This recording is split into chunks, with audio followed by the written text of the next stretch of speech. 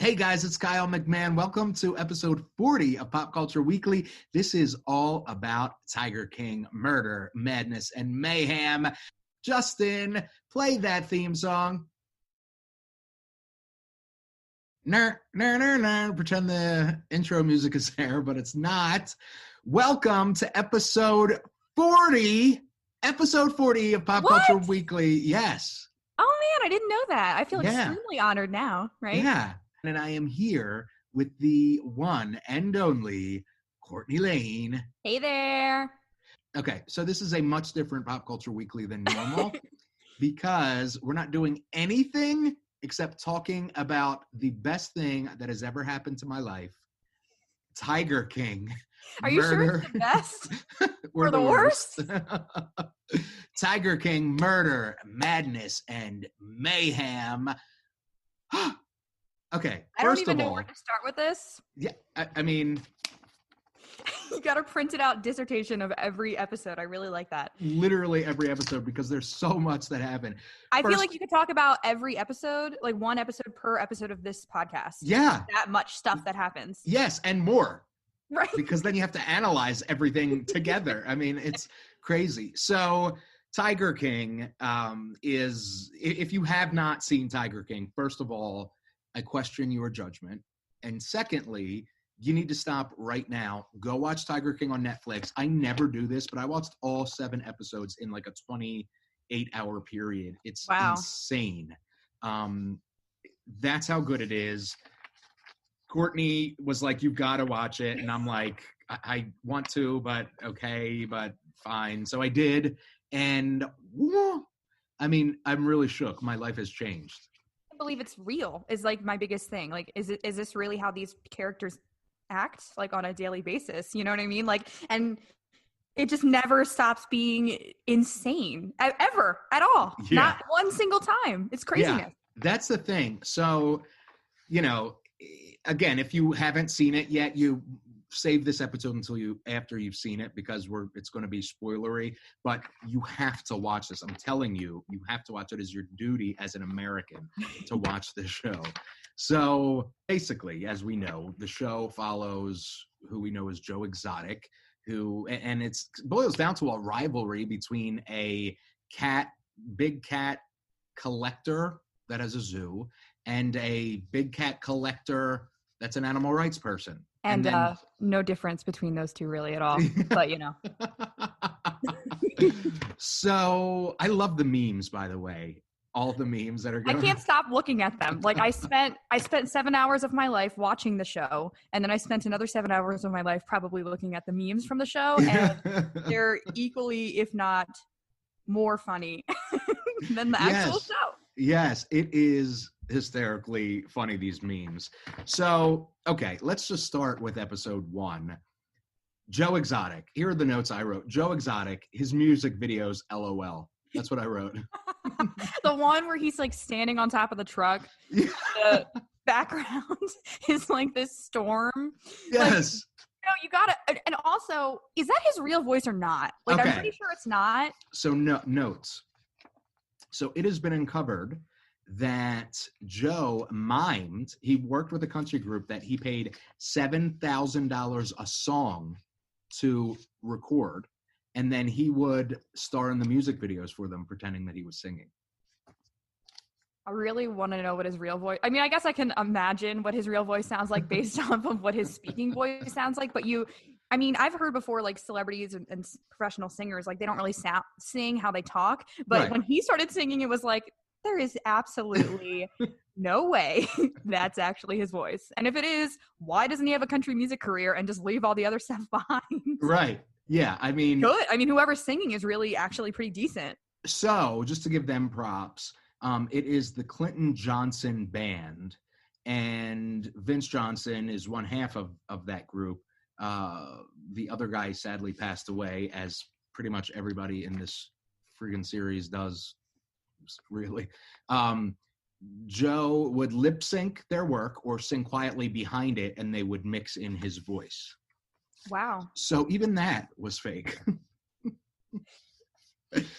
Okay. Yeah. So yeah, the music videos, the guns, the guitars, Joe's okay, and let's talk about this.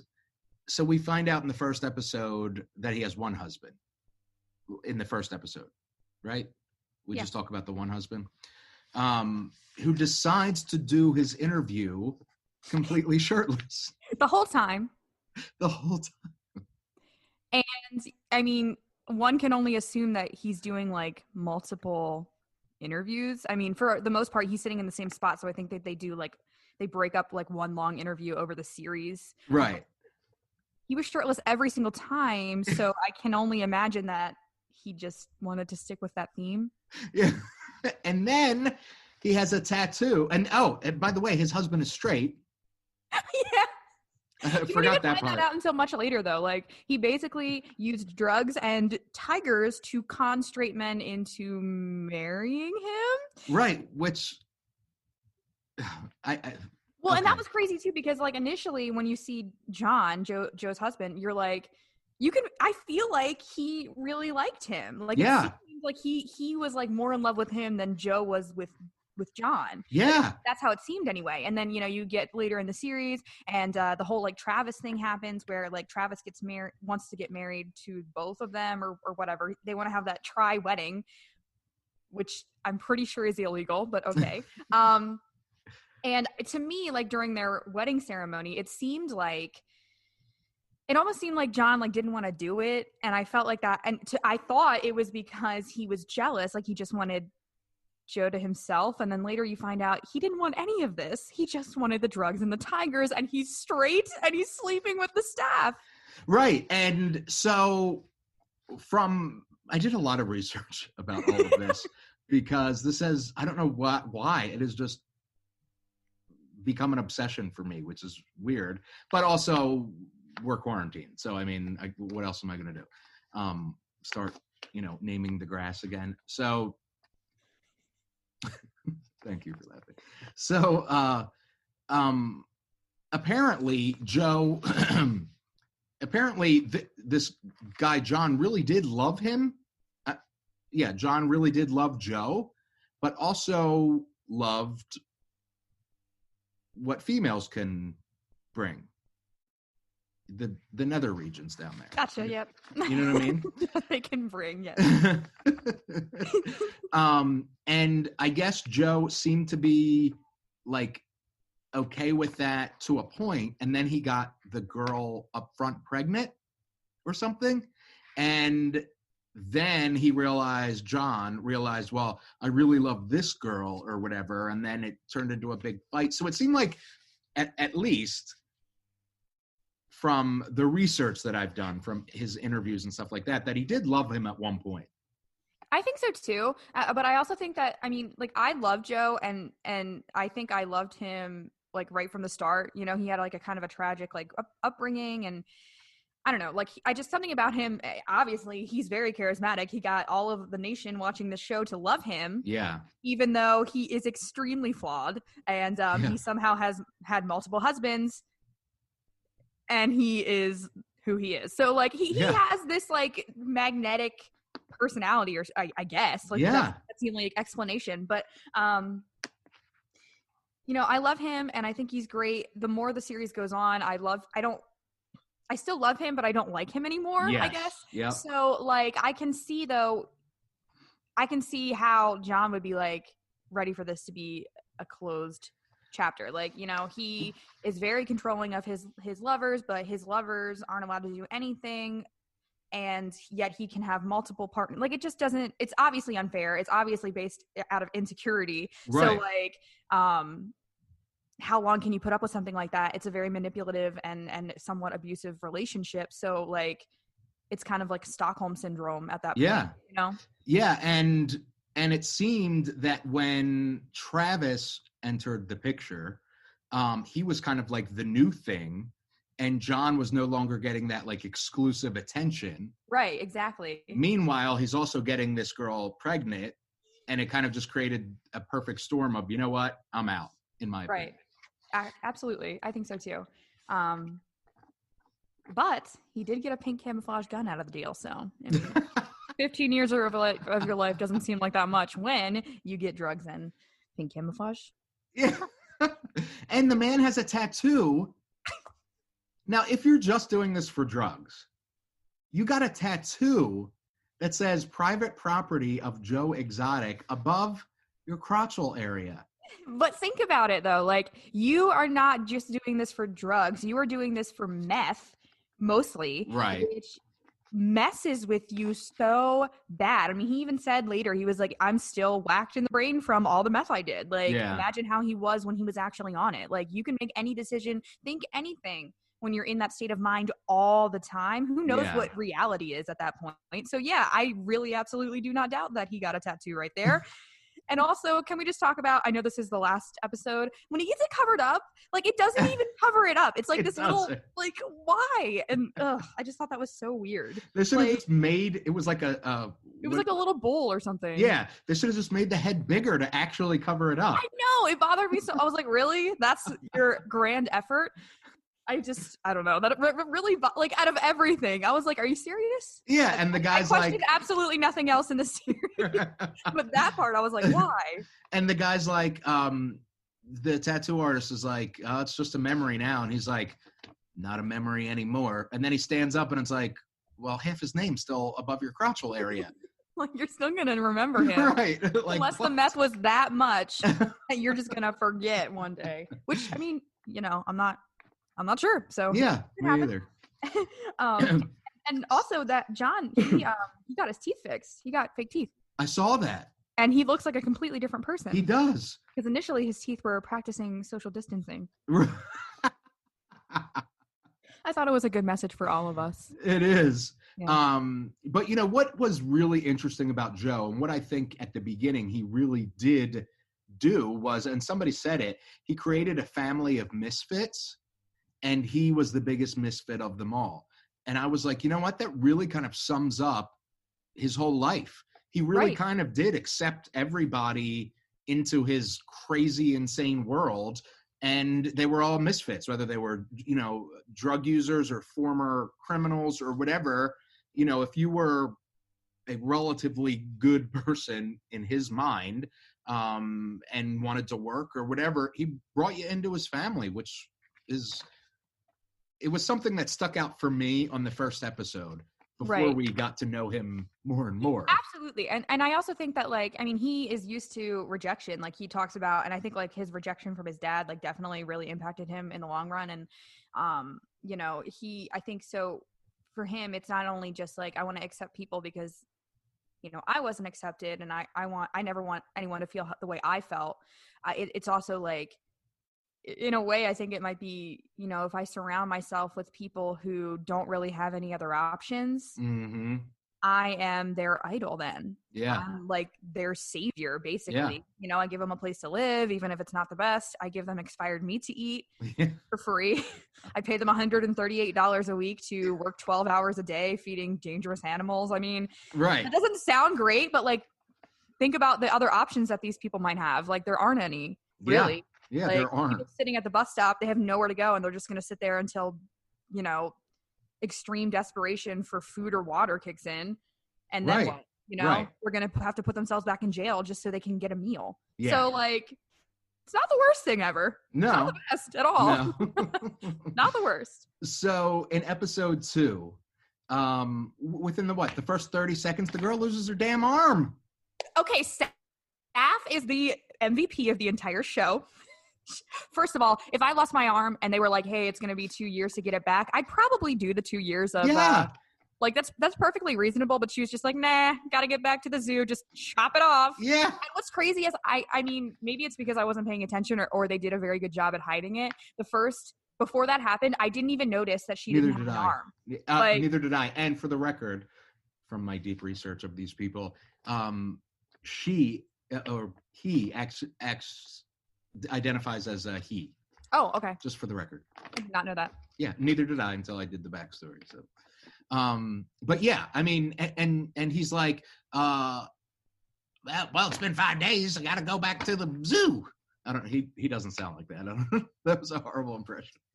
I loved that it happened, and then you pan over to Joe, and the three most hilarious things probably in the entire episode. He throws on the EMT jacket out of nowhere. Like, where did you get that? Did you go in your closet to find that? I saw something on Twitter. It was like, the drip never stops, even if someone just lost their arm. And then he goes in the gift shop and he's like, hey, someone's arm just got ripped off. You want a refund? Yeah. Like, that's not really the best way to get a good Yelp review. Right. I think they're concerned with that. Or even have internet, maybe. Yeah. They have internet, but they don't know how to use Yelp. Yeah, because I saw he uses a Yahoo email address, by the way. Nice. Which, you know. So then I put WTFFFFFF, because then we meet Travis Maldonado or whatever, who we are introduced by Joe saying to him, quote, tell them more about your feet. Do you remember that quote? Yeah. Yeah. And then Travis proceeds to tell them about his feet. I have huge feet, blah, blah, blah. I mean, what? And then we realize or find out that Travis is his second straight husband. Like, oh, what? But we don't know yet that either of them are actually straight. Right. So we're just kind of like, oh, okay, I guess. This is what happens in Oklahoma. Yeah. So that's when I wrote, how are all these characters how is Joe getting, who's a eccentric older gay man, hillbilly gay man, getting 2 straight husbands, and the cult leader getting 5, hot wives, and Carole and all of her ex-husbands, and my Tinder is dry as F. So I guess, no, and they say it, they say like the tigers, it's the tigers. They're right. Magical. I mean, the drugs too, probably, but like the tigers, like think about, I can't remember her name right now, but the girl that used to work for Doc Annell, and yes, she talks about like her time on the zoo, and she worked there for like 10 years every day, with the exception of when she was resting from her mandatory boob job. Right. And she says like, she reads about it and like she just loves the animals so much. Like there's something powerful about them, I guess. And then you find yourself in this crap situation and you're like, well, the best option for me is probably to pursue some sort of romantic or sexual relationship with the owner so I can have more perks. Right. And by more perks, they mean non-expired Walmart meat instead of. Well, and I thought it was very interesting too. I can't remember it's episode 1 or episode 2, but when you meet Doc, and he is eccentric in his. I really liked him at first, and then I kind of grew to hate him. But what I really like about Doc and Joe is like they have completely different methods of doing things, but they always sort of respect each other. Yeah. Throughout the entire documentary. Like they have a mutual hate for Carole. They have a mutual love for animals, but they run they just know. And they know everything about each other. Like Joe comes out and he's like, I don't know how Doc is getting all of these hot wives. Like I have no idea what he does, blah, blah, blah. And like, and then you see Doc and he's like, oh man, you got to check out Joe's music videos. They're hilarious, but they're actually not friends. Like I'm sure they don't really know, but this community is so out in the open somehow. It's just bizarre to me. So I did really initially like Doc, and he said something like, oh man, it takes like $10,000 a year to feed one tiger. Like we do things very big. So it's $600 admission just to get in my park. And then it pans over to Joe and he's like, I can feed a tiger for $3,000 a year. Right. Here's expired meat. And like, the cops or the highway safety people are just like, hey, got some roadkill. Like, yeah. And then people are bringing them cows that have died and they're chopping them up. That was so gross. Yeah, I know. But I guess that's, I can't imagine. I mean, I can't imagine that's good, like to eat a dead. But also, like, usually in the wild, I guess like predators will attack the most sickly because that's the one that they'll be able to get the fastest. So like, maybe it's not too far off if the timing's all right. Like, I just can't imagine that being. I don't know how that works. Yeah, me either. For a tiger. So then we see a throuple is the word, a 3-way wedding. Featuring 1 gay man and 2 straight men, and an airbrushed blanket with the 3 grooms. The shirtless picture. Like, if my wedding picture doesn't look like that, I don't want it. I don't want it. These are insane. And then that's when we realized that Doc Antle pays the girls $100 a week. And they work 12-hour days, 7 days a week. Yes. What the heck? What? Like, no wonder he's raking it in at that point. Like, you're charging $600 a ticket. You're paying people $100 a week to work 12-hour days, 7 days a week. Like, what? And then, of course, Carole Baskins. Go on for hours.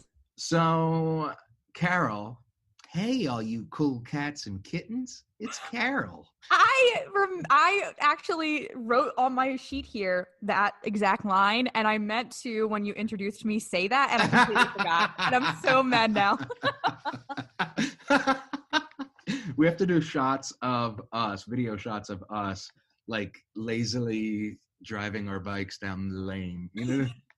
Me on my way to murder my husband, steal his will. Oh, gradually riding my bicycle with the basket and the bell. So I will say that at this point, I hated Carole. I hated Carole from the moment I saw her. But I ended up liking her more towards the end. Oh, no. Yeah, so we're going to have to talk about that. So we find out that, that Carole, at her Big Cat Rescue, she has her own music video, first of all, by the way. Did you see it with the girl with the red hair singing? Yeah. And she's like singing into the river. Yeah. About like how majestic these beasts are. Yes. At least she didn't try to do it and use someone else's voice. Yes. That would have been ugly. Yeah. But what is it with these people and these cat songs? Like, I didn't know this was a thing. To me, Carole is like, her whole mission and her image is kind of, like those commercials with what's her name, Sarah McLachlan, and the yes, yeah.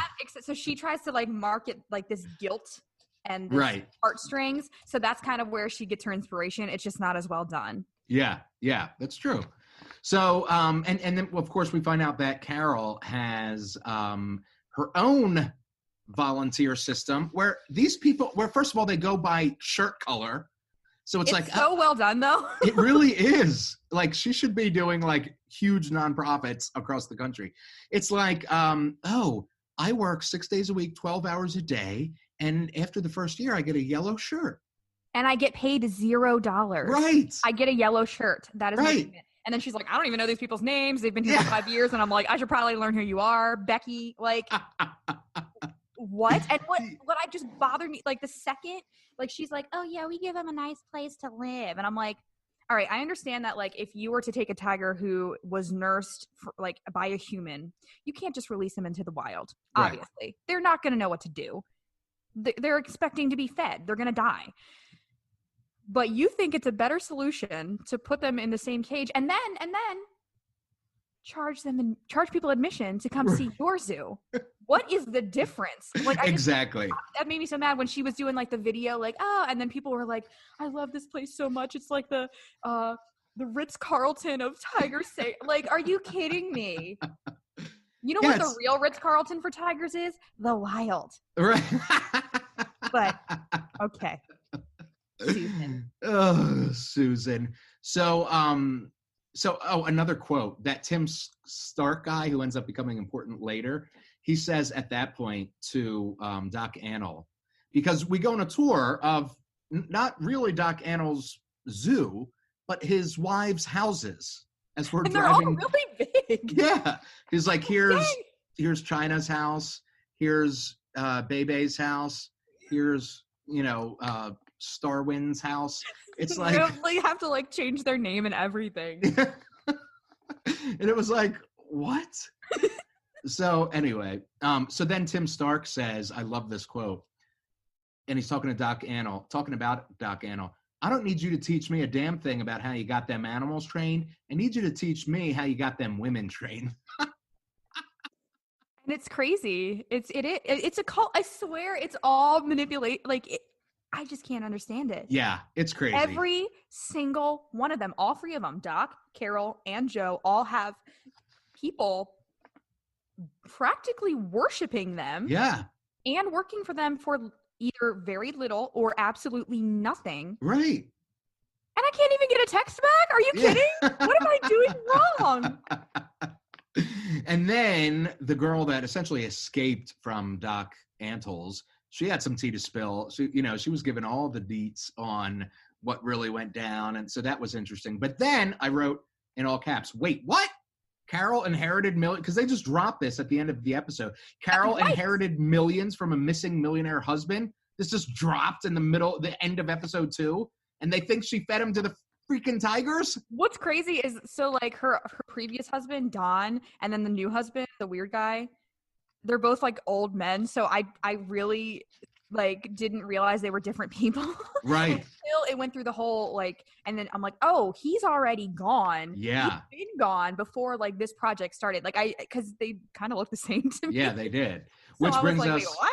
Yeah, which brings us right into episode 3.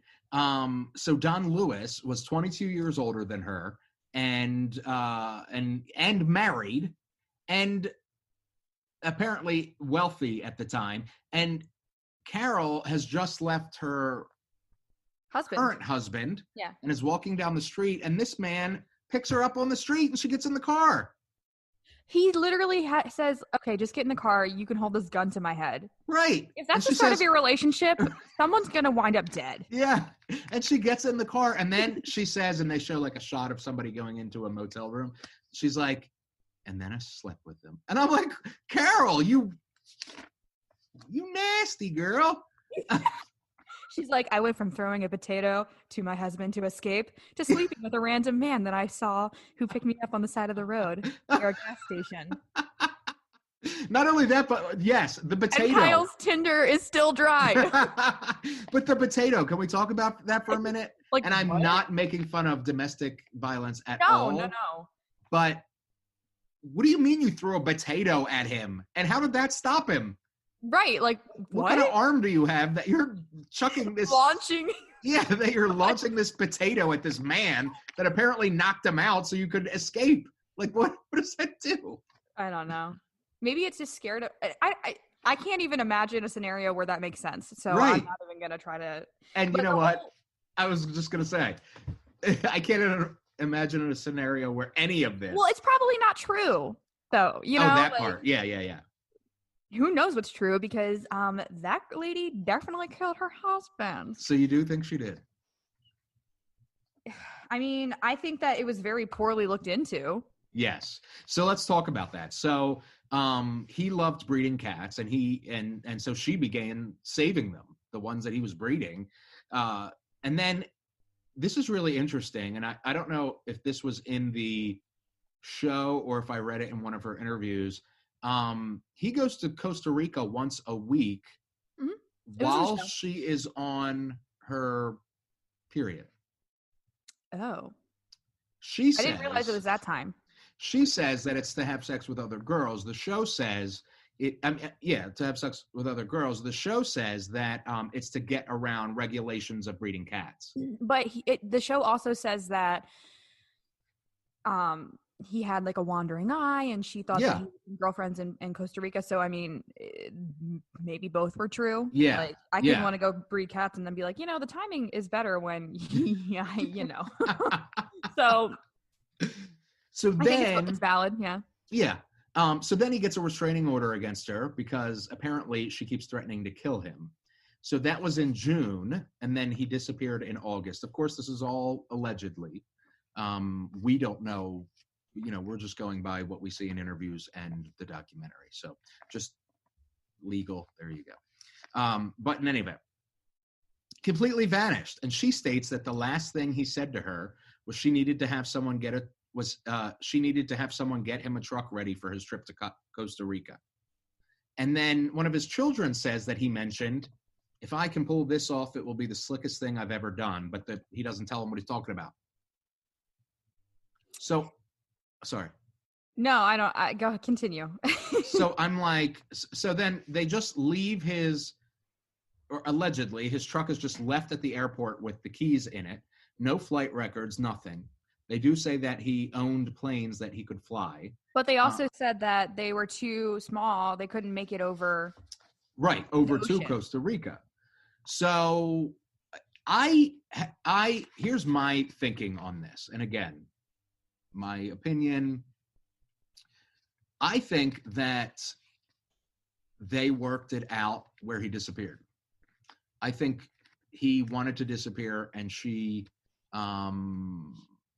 he made it so she gets his money or whatever, because he could breed cats down in Costa Rica or whatever and make a ton of money again. I just can't see her as a murderer. Are you serious? The first thing I see when I look at her is murderer. She reminds me of those people in Criminal Minds where, like, okay, I don't think she has any interest in saving animals whatsoever. She's a cat person. She said who's allergic to cats, by the way. Right. That's so weird.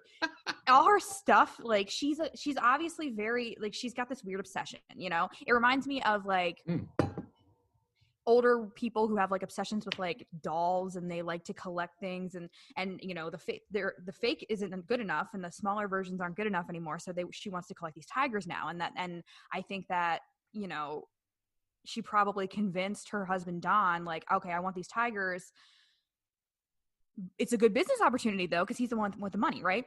So I think that she really has no interest in saving these animals or anything, but this is how she can get around this ethical stance, and her platform is how she can get around, like, really just having this collection of animals that she loves, because she's so obsessed with them that she wants to keep them. It's not like, I want to free you. It's like, I need to hold on to them. You know what I mean? Yeah. It's not for them, it's for her. So that seems alarming to me from the get-go. I think he was planning to leave. But I think, and of course we don't know, but to me, it seemed like she already knew what was going to happen. Like, right. He was fixing to leave. She knew it. What was she going to do? Yeah. He obviously was very private about his affairs. Like, he had his will locked up in the business office, had other lady, his manager or whatever, was the only one that knew where any of it was. Like, he had this close ring of people that she didn't really talk to. Yeah. So, like, I think she found out something he didn't want her to know, or, like, maybe a blow up happened, and it was an accident, but somehow he wound up dead. And then she was like, oh my God, I got to fix this. You know what I mean? Because then with the landscaping guy, she had him break into the business office so she could take the will and change it, which I don't understand how you can do that. And then the lawyer said, no one ever says death and disappearance. Yeah. So she added on the power of attorney document, the first statement to say, upon my disappearance. And it's usually just death or passing. Right. Because, and why would you add that? So she could have the money, which I don't. Well, I mean, I know. Like, right. How are you? I didn't really understand that. Maybe I just don't understand, like, the legality of all of it. I don't understand how she can go and steal documents and change them. Like, that doesn't make any sense to me. Like, you're the wife, but, like, now this person's gone, and they don't have the ability to, like, I just don't get that. Yeah, and we find out that her brother works at the sheriff's office or something. Right. He's a police so, officer like, or something. Yeah, it's very shady. And even if she didn't kill him, there was some sort of, in my opinion, illegal activity with that. Right. Well, yeah. I mean, even if she didn't kill him, even if he just disappeared, she forged all these documents that, I don't know. It's crazy. Allegedly. And so 5 years and 1 day. Right. To be like, okay, he's dead. Let's go. Yep. Let's go. Really? Yeah. And every time she talks about him, it's like she just looks nervous all the time. She looks away. She doesn't make eye contact. Like, and she doesn't seem upset. No, not at all. Like, so, and I really do think that was probably a loveless marriage. Like, eventually. Yeah. I mean, after we find out about, like, he had a wandering eye and this, that, and the other. But I really feel like at that point, like, she had to do something. What was she going to do? She didn't want to go back to having nothing. Right. So she did whatever she had to do. That's my opinion. So then we also find out that his kids, she changed it so they only get 10% of his estate. Yep. Like, that's messed up. That's why it doesn't matter. I hate her. I hate her so much. Then, of course, so this is a perfect time, marketing-wise, for Joe Exotic to make a freaking music video about her called "Here Kitty Kitty," where it's got a lookalike Carole feeding meat to tigers. Yeah. Like, did you watch it? Yes, I thought it was her at first. Oh my God. It was so good. What I love about Joe's music is it is extremely specific. Yeah. Like, every song, you know exactly what he's thinking. It's like he writes the songs based off of like his exact emotion. Right. The one in the very end where he's saying goodbye, it's like he has to go through like everything that happened in order to say goodbye. Like, he's definitely not a poet. But yeah, it was great. Here, kitty, kitty. Like, what the heck? Okay. Okay, episode 4. Joe acknowledges that him and Carole are making money off of each other. So at this point, I'm just thinking, at this point in the show, I'm like, you know what? It's just kind of a rivalry, and it's good for both of them. You know what I mean? It's good publicity. Good publicity for both of them. So, but then it does really turn dark and ends up with multiple lawsuits. And there's a fire that is an arson of Joe's studio and Alligator House, with all of this reality, show equipment and footage gone. Who do you think did it? I think it was Joe. I think it was Joe too. I really do, because that got rid of so much of everything. Plus, we find out that that Carole had contacted Kirk, the reality TV producer, and offered him money for the footage. And then while Joe was away at this funeral, all of a sudden this happens. You know what I mean? So very interesting to me. Then we see that Joe had met with his lawyer a week before the arson, where Joe found out that he doesn't own the footage to all of this stuff that's been recorded. Yep. And we hear it on camera. We hear Joe say he has $10,000, or he meets with his lawyer who says he's essentially screwed. And we hear Joe say he has $10,000 to have it taken care of, which we don't know if he's talking about Carole or if he's talking about the fire. But all we know is after he found out he doesn't own that footage, all that footage was gone. Yep. And I think that is wrong, obviously, for starting a fire, but you killed animals. Oh, yeah, innocent for sure. Animals. They all have, you know it. I'm not a fan of alligators, but I don't want them to die for no reason. Yeah. So then, of course, we hear that he had transferred a bunch of assets to his parents, so they weren't, and a whole bunch of people throughout, his staff and stuff, and husbands and everybody. Everybody got a piece of the pie, but Carole, and that was to get Carole's lawyers off of him, because now, I don't own this. But then Carole's lawyers would just go after those people, and it ended up bankrupting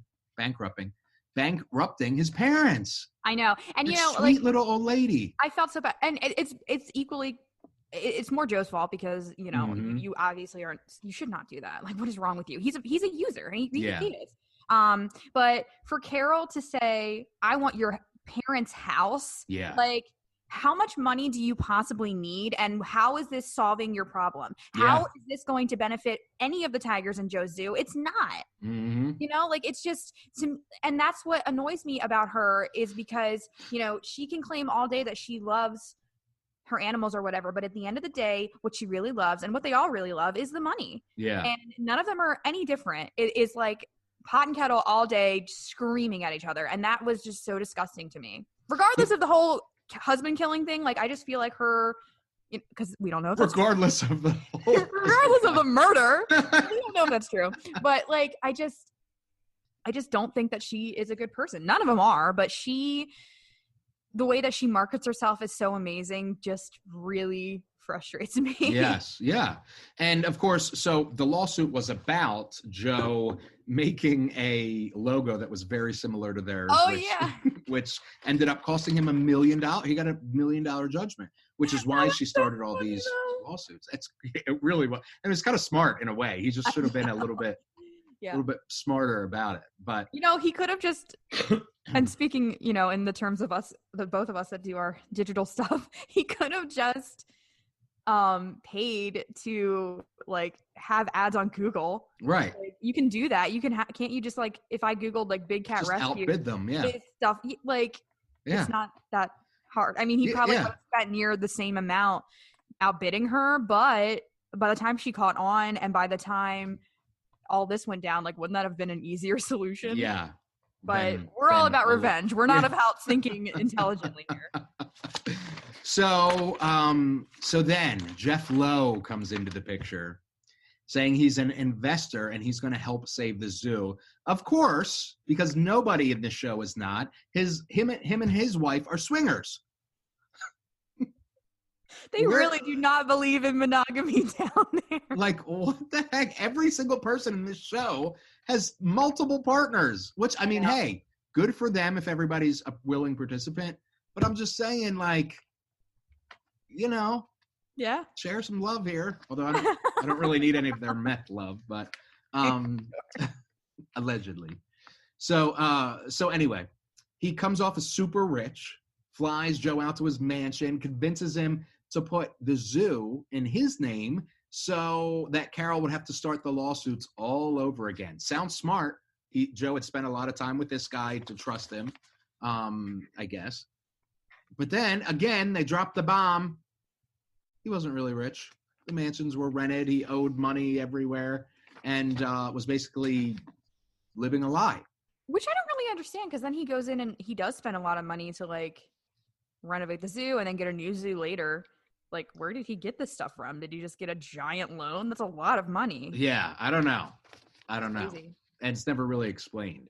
So then, of course, we move on to episode 5. I can't believe this is where I started to get sad, because I'm like, it's almost over. What am I going to do with my life now? After I took a break between 4 and 5, because by the time I had finished episode 4, it was really late, and I was like, I really shouldn't watch all of this in one day, so let me take a break. And all day the next day, until I sat down and watched it, I thought about it. That's how I was. Crazy. Why? How? Yes. Like, the show has just as much of a charismatic pool as every one of those characters that get you to work for free for them. Yes, or have sex, or sign your business over to them, or whatever. Like, put their debt in your name. Right. Marry them even though you are not interested in them whatsoever. Right. Like, what? So episode 5. So now Joe or Jeff owns the zoo, and he's starting to have conflicts with some of the employees that he's employed forever, that he had long relationships with. And Jeff brings some of his own guys in, which also causes more conflict. One being somebody who ends up being an important player later. It's the bald guy. I can't remember his name. Alan. Thank you. Alan Glover. Alan Glover, who I just looked up his name because I have a note about him for later. It's probably the same note I have. Can we say it? No, let's wait. Okay. So I want us to say, at that episode, I want us to say it at the same time. See if it's all right. The same thing. So John Finley, who is Joe's husband, at this time, while all this other stuff is going down, gets the front girl pregnant and says, well, I got her pregnant and I think I'm in love with her, and all this is getting really crazy. You're running out of money, and, the joyride is over. Goodbye. And then Travis, oh my God, I cried. I couldn't, the video, I felt so bad for his campaign manager. That guy has seen it all. And just the video, it was real footage, and you saw you didn't see Travis actually shoot himself, but you saw the his reaction and the spark, I guess, or I don't really know how to explain it. Whatever happened, the flash. Yeah, like when you shoot a gun. I don't know what that's called visually. And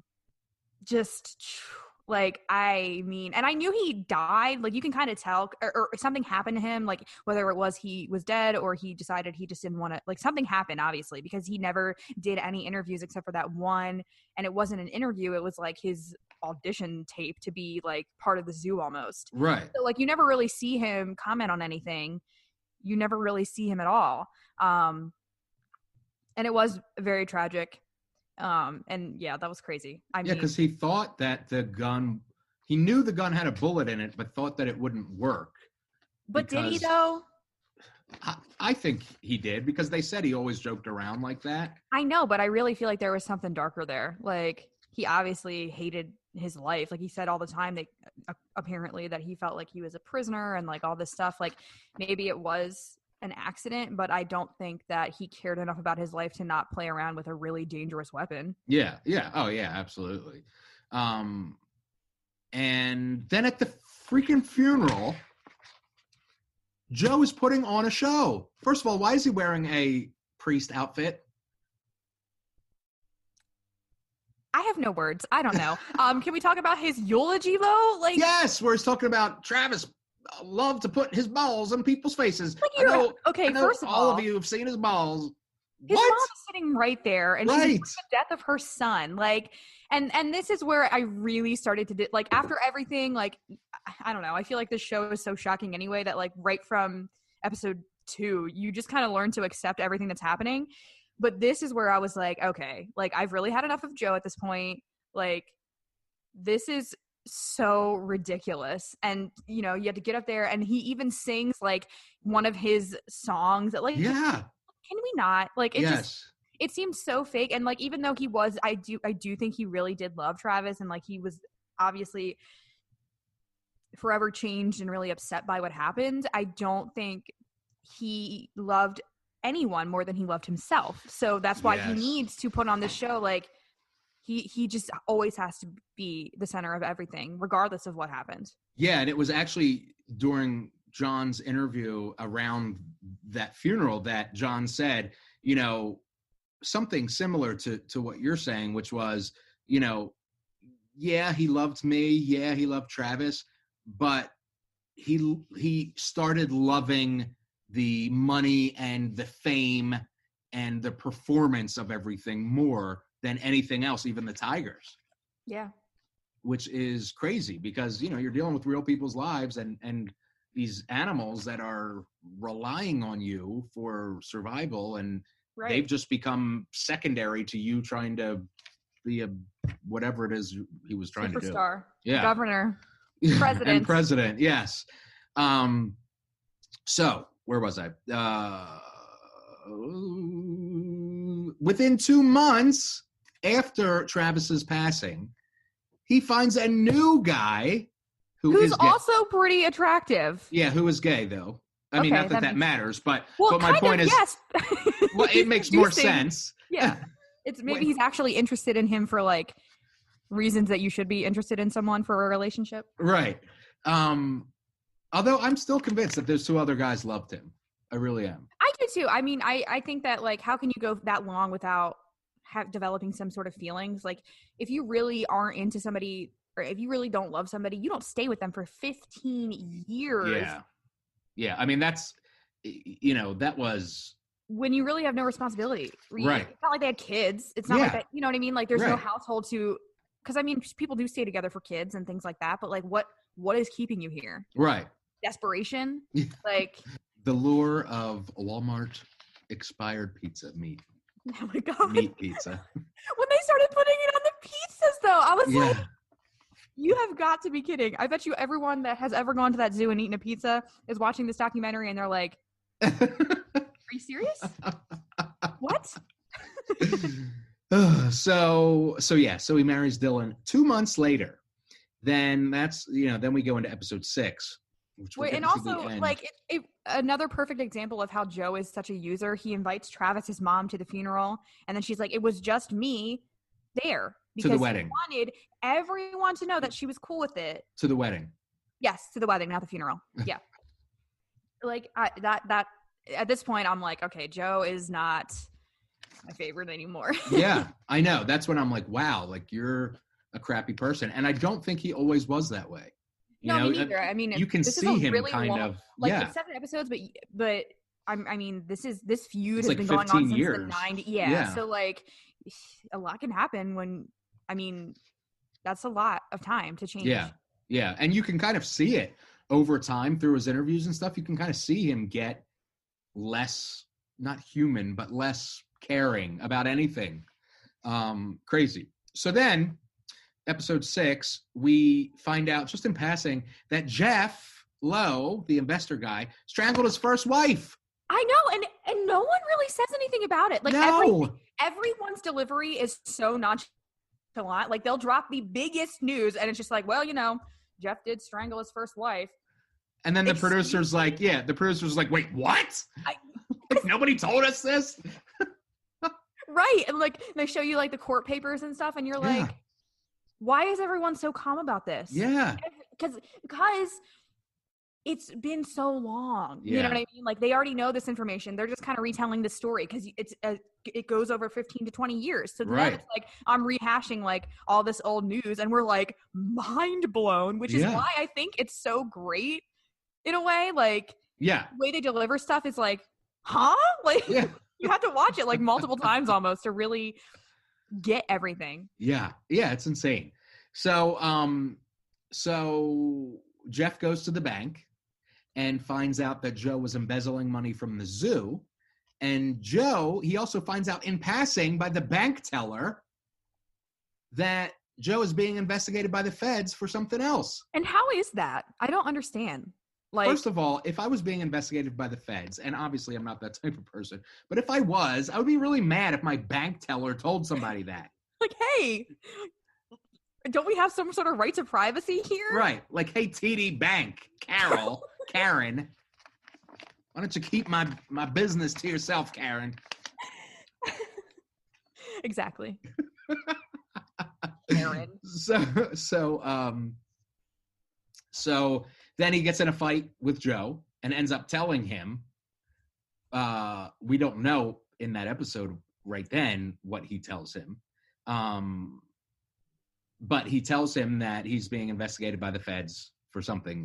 So Joe then burns all the documents and starts shipping out animals, which now I'm like, wait a second, what are you so terrified of? You know what I mean? I'm thinking it has to do with embezzling money or something like that. That's what I thought at the time. And then it gets so bad, Jeff forbids him from the property. We get another music video. This one is sad, though. The goodbye. Yeah. He's like sitting on the pier. Yeah. Yeah, I like that one. And I love how every time something, he has like for every point in his life, he has like a corresponding music video for it. You know what I mean? His whole life is on display like a diary, except for it's really on YouTube or joeexotic.tv. Right. And I love how the reality TV producer was like, he had 80 freaking views a night. Like, I didn't care less about his stupid online show. I wanted the spectacle of his life. Like that he was probably the most sane out of everyone. Like, which is saying something. Yeah. So Jeff forbids him from the property. We get another music video. This one is sad. We see him really break down without the facade for the first time. Like we see him cry, and it's kind of coming to a realization like, oh wow, stuff's bad. And it was interesting for me I felt like he took the mask off in that moment. For once, yeah. Yeah, which we hadn't seen. And he realizes he's losing the zoo, and he cries over that. And that almost made him human again for me, because I'm like, there is something still inside him that still loves what he did, but then it quickly just goes away again. You know what I mean? James Garrison, who was also a former felon, calls Carole after Jeff. James Garrison is an associate of Jeff Lowe. That's the guy who has the Chucky doll. Yes. When he says that, that's like the best insult in the whole show. He's like, what does he know? He's a living Chucky doll. Like, what? He says, the man is a walking Chucky doll, dude. I actually wrote that down. So James Garrison says that everything he has, sends everything he has to her on Joe, and James will do the call to her. So Carole sends all that info to the feds, and then comes Alan Glover, another felon, who was Jeff Lowe's guy, that was having problems with Joe when they came into the zoo, says that Joe ordered a hit for her. And then he says he chickened out, and then the Fed set up an undercover agent with James Garrison, and they say Joe fell for it. So then Jeff moves the whole freaking zoo. And this all happens in one episode. Yes. That was crazy. Then we get to episode 7, titled Dethroned. Jeff goes into business with that other guy, Stark. What was his name? Tim Stark. And then Jeff lets the feds into Joe's old house where they find 5, well, not in the house, they don't find, but on his property, they find the skeletons of 5 tigers. And now I'm like, whoa, what? Honestly, I didn't find that to be like, we already found out a while ago that Doc is over here shooting cubs. Like, maybe these tigers were like sick or something. Like, out of 15 years, there's 5 tigers that are dead. To me, it doesn't seem like anything compared to the fact that Doc kills them when he can no longer use them for profit. Yeah. You know what I mean? Yeah. So, like, at that point, that didn't even faze me. But it was very important to get him put away. Yes, which is nuts. So then from there, it really seems like, and pretty much every single person except for Jeff and what's his name, Alan, says that there's no way he did this, and that's his ex-husband.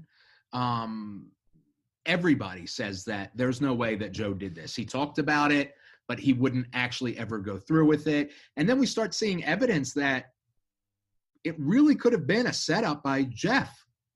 Well, when he said, and what is crazy to me is that Joe's like, no, I'm going to go on the stand and testify for myself.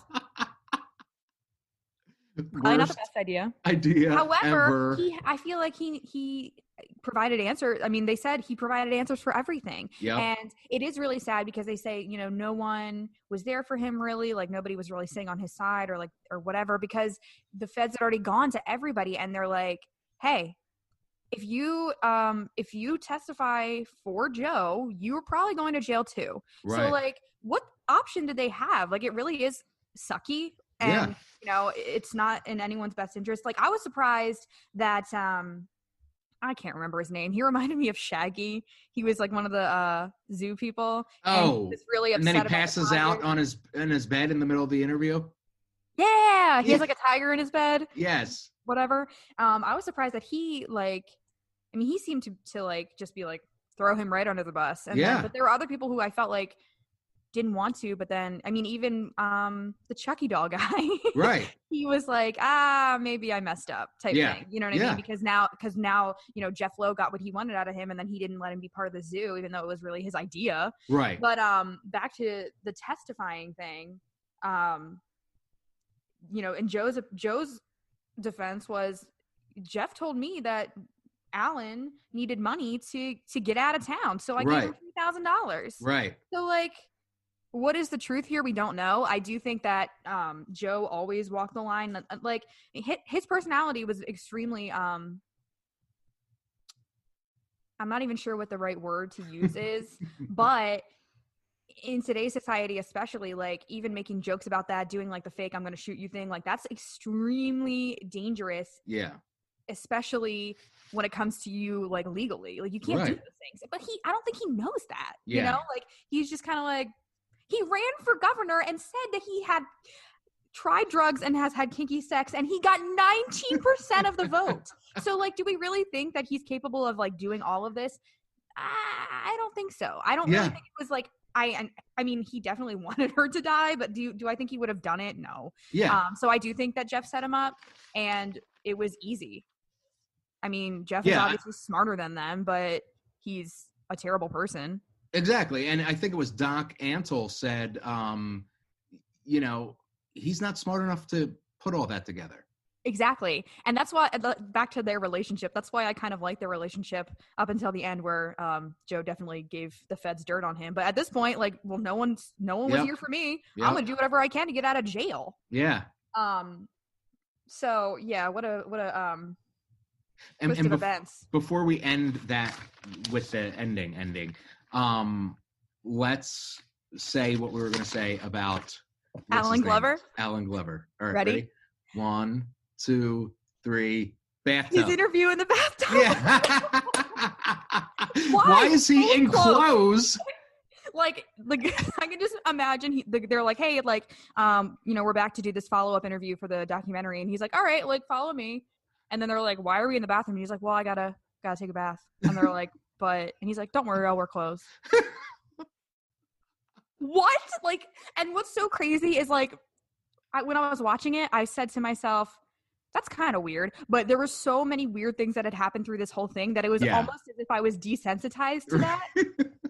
And when the guy with no legs, who lost his legs in a ziplining accident, not the fact that he was mauled by tigers, he shows up in some sports car with like a skeleton. Did you see that? Yes. It was just, like, unexplained. Yes. 100%. It was just there. It was just there. Or when the other dude is like doing that jet ski montage, and you're like, for what? But so much has happened that you're just like, okay. Yeah, you're like, that's the least insane part about all this is a man doing an interview in a bathtub fully clothed. It's the least strange thing about 7 hours of stuff. Right. So, do you think that Joe did it? I don't think he did it intentionally. I think that he was set up to make it look like he did it more than he actually, like, I think he did say things that he shouldn't have, and it was very easy to pin him, but I also think they wanted to pin him, even the feds. And you can kind of tell just because, like, they did everything they could to dig up extra animal charges and this, that, and the other. And, like, what he did was 100% wrong, but what everyone did was 100% wrong. So why is he the only person behind bars? Yeah. If you're not going to put anybody else behind bars, you should free him. And if he's going to remain behind bars, they should join him. Yeah. That's my opinion. Okay. So, yeah, I don't think Joe did it either. I think, I think part of his persona was, I'm going to kill that biatch. You know what I mean? But I don't think he would actually do it. Mm-hmm. And I think so much of it was for show. I mean, he was doing it on his YouTube videos or whatever. Like, obviously, he's not going to do that and then go kill the woman. He's got to build that brand. Right. So, I think Jeff Lowe and Alan Glover took advantage of that and set him up to do it. Absolutely. Absolutely. So now, do you think Carole killed her husband? I don't know. And I feel like probably, but I mean, there's no way of saying it. That's a huge accusation. I think that it was, like I said before, very poorly investigated. Yeah. And she is smart. She really gets people to work for her for free. She gets men to fund her lifestyle, which costs so much money. Yeah. She gets everything she wants, and she knows what she's doing. Yeah. And that's what bothers me about her. She's not an animal rights activist. She's a collector. Yeah. She is funneling her own interests, and the only reason she even started this mission about the animal rights is because she knew that that was the best way she could uphold her interests without getting in legal trouble. Right. And I mean, they even said, Joe said, we're making money off of each other. Mm-hmm. She's also benefiting. And if she felt the need to go after Joe because Joe goes after her, fine. But the extent of which she went after him is completely uncalled for. Coming after his family, his mom's house. Like, she wants money and she wants to keep up with her hobby, and she wants the entire world to think that she is just in all of this. And she's not. She's just not. You see tigers in cages all over her facility. So what's the real difference here? She has people fooled. That's it. Yep. That's so exactly right. I don't like her. I didn't like her from the get-go. Other people I learned to dislike. I never liked her, and she never grew on me, and I can't justify anything she's done, and that's just it. I will just real quick note, somebody on Reddit said last night, because of course the rest of the day and night last night, all I did was read about Tiger King and everybody involved. Somebody on Reddit said, this bee is making $22,000 a week on Facebook videos and she's not paying anybody to work for her. Right. And I was like, oh. And she's got them brainwashed. Yeah. Yeah. So, Jeff Lowe, do you think he will get his? I do. Yeah, I think there's too much there. And like even like with the Google Earth searches of her house and stuff. Yeah. Like, I mean, why wasn't that looked into whatsoever? You know? So yeah, I think he will. I don't think it's over. And I think this documentary is gonna almost urge like an R. Kelly type of thing. Look into more into not just Jeff, but Alan and Doc. I mean, at the end of the documentary, it said that Doc, his place got infiltrated. Right. Just in passing, it just said it in a sentence. Yeah, and Carole too. Every single one of them. Yeah. Am I bad for being obsessed with this show? No. Why are we all like so enamored? It's the saying like a train wreck, you can't look away. Mm-hmm. I think that's what it is. And maybe it just makes us all feel better about ourselves. Right now, especially. I mean, it's really good escapism. That's true too. You know, where it kind of came at the perfect time where many of us, 70% of the country or whatever is essentially having to stay at home or go to work and then go right home. So like, we need to get away from this. And what better train wreck to our own, to get away from our own train wreck currently going on. What better train wreck to watch instead? I want to read a couple of these things. If I still have them from, I screenshot. Oh, the bracket? Oh, no. Oh, we should do that too. But a couple of these things, notes from Reddit. This is from Resistance times Cure something. Here's their quote. Producers. So Carole, how would you react to the people who think you killed your husband? Carole laughs. I mean, it's just so outlandish. Literally 2 episodes later, Carole, if you're looking to get a cat to eat an entire body, cover it in sardine oil. Do you remember her saying that? Yes. Like, what was that about? You what? I have that written down in my notes. Do you? Of one of the things to bring up. Yeah, I was waiting for it. Oh, I'm sorry. No. I couldn't remember what episode it was, so I was like, we'll circle back because it's too important not to mention. Yeah. Hey, you just played yourself. Right. Like what? Happy Scrappy says, it also make apparent to me that in a way, many big cat people are just another version of the crazy cat lady stereotype. Indeed, crazy cat lady comes in all ages, sizes, sexes, sexual orientation, and levels of affection for guns. This is true. One other person, Wired89 wrote, my wife yelled in the middle of an episode, he effed those cats. And to be honest, I really couldn't deny the possibility. I feel like there'd be no way as a human to survive that, but... No, and I don't think that either. But it's just so funny for him to be like, to be honest, I couldn't deny that there's a possibility that, you know what I mean? I have to say, so Tommy and I watched this together, and after episode 2, he got up and started pacing around like with his head on his hands, just like, what am I watching? And he just kept talking about what was going on. And he was like, I swear to God, at the end of this, we're going to find out someone did something with a cat. We're going to find it out. There's just no way.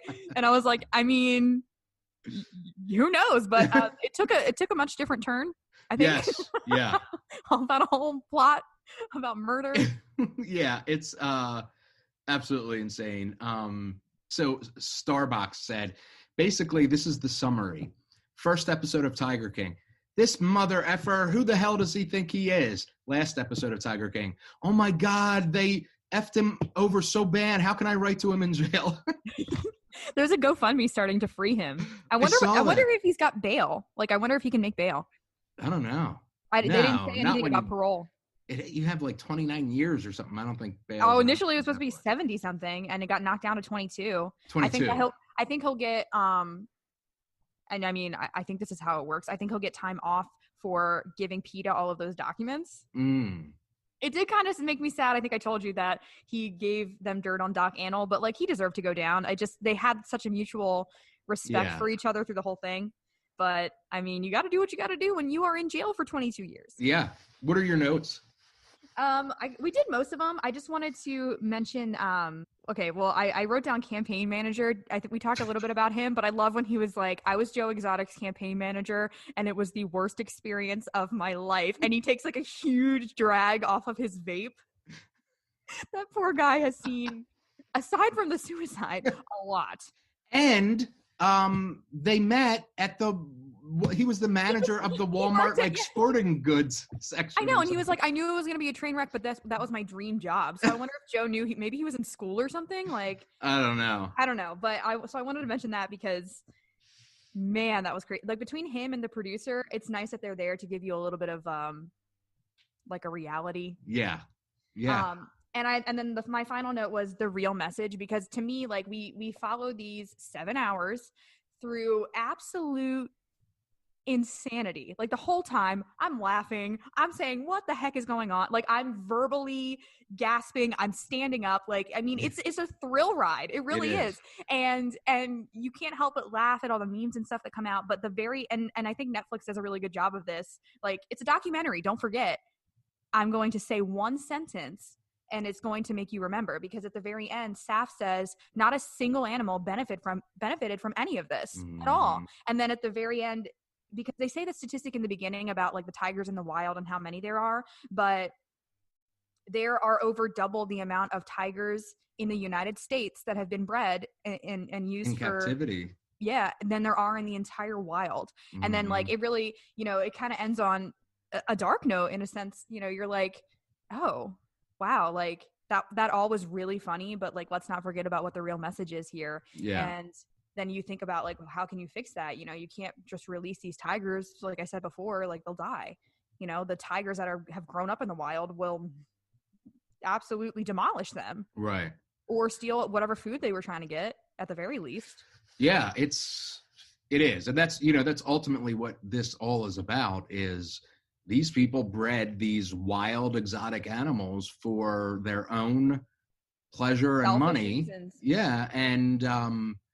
And they might not just, the ones in the wild might just not survive on their own at this point. Right. Well, they're breeding them to be fragile, because like they're house cats, and they're not. At this point, like I think the best solution, you could just make sure that you're caring. Like at the beginning, like Joe really seemed to care for his animals, and just like Doc did. And I mean, we can say Carole did too. It didn't really go into much of her like day-to-day care at all, but we saw how they grinded for these animals and did all of these things, and like they seem to really have a connection with them. But does that matter when they're not really supposed to be here? Right. Yeah. So that's my takeaway. What a wild ride. I'm still going to look at memes, but I just had to get the ethical part out of the way. Absolutely. Yeah, I think that's a good place to end it. Kind of a bummer, but I mean, yeah, right. Maybe look into an organization that's not Big Cat Rescue that you can donate to. Maybe there you go. We'll put it up on. I would never ever give a dime to that organization. No. We should put a link up, a real one for like maybe cats who are, I don't know, to help. And the campaign manager says something like that too. He says millions of dollars were spent going after one another when that could have gone so far to the tigers in the rainforest. And then you think about it, and then you're like, and that's what really like put the nail in the coffin. I mean, like I said, Joe, I already learned to like kind of dislike through the series, even though I want him to be free, I guess. But like for Carole, like how can you sit there and say that you care at all when you really have been spending all of this money to build your brand? You could have donated it. You could have done real work, but you don't care. Yep. So sorry, that was a bummer. No, that's all right. I mean, the show was amazing. We went on a roller coaster ride ourselves just talking about this. I think people will really love this show. I mean, I think they want to hear, if they're anything like me and probably you, they're going to want to get all the info and discussion they can on this right now. So yeah, absolutely. I've been on Reddit for like crazy. Yeah, me too. So, all right. Thanks for listening. Courtney, thank you, of course, for joining. All of your notes or links and all will be up on our website, popcultureweekly.com, which isn't, it's a work in progress. So let's popcultureweekly.tv. Joe Exotic. .yahoo. Wix. All right. Until next week, thank you all. Of course, all the socials at KMac Music on Twitter and Instagram, at Real Kyle McMahon on Facebook, and thank you for listening to Pop Culture Weekly. We want to know what you think about this. Join in, tweet us. I don't think either of us are going to have a problem discussing this further. What is your Twitter, Courtney? At On Air Courtney, all socials. All socials. That's awesome. All right. At On Air Courtney on all socials. Let's talk about Tiger King. Free Joe Exotic. We out.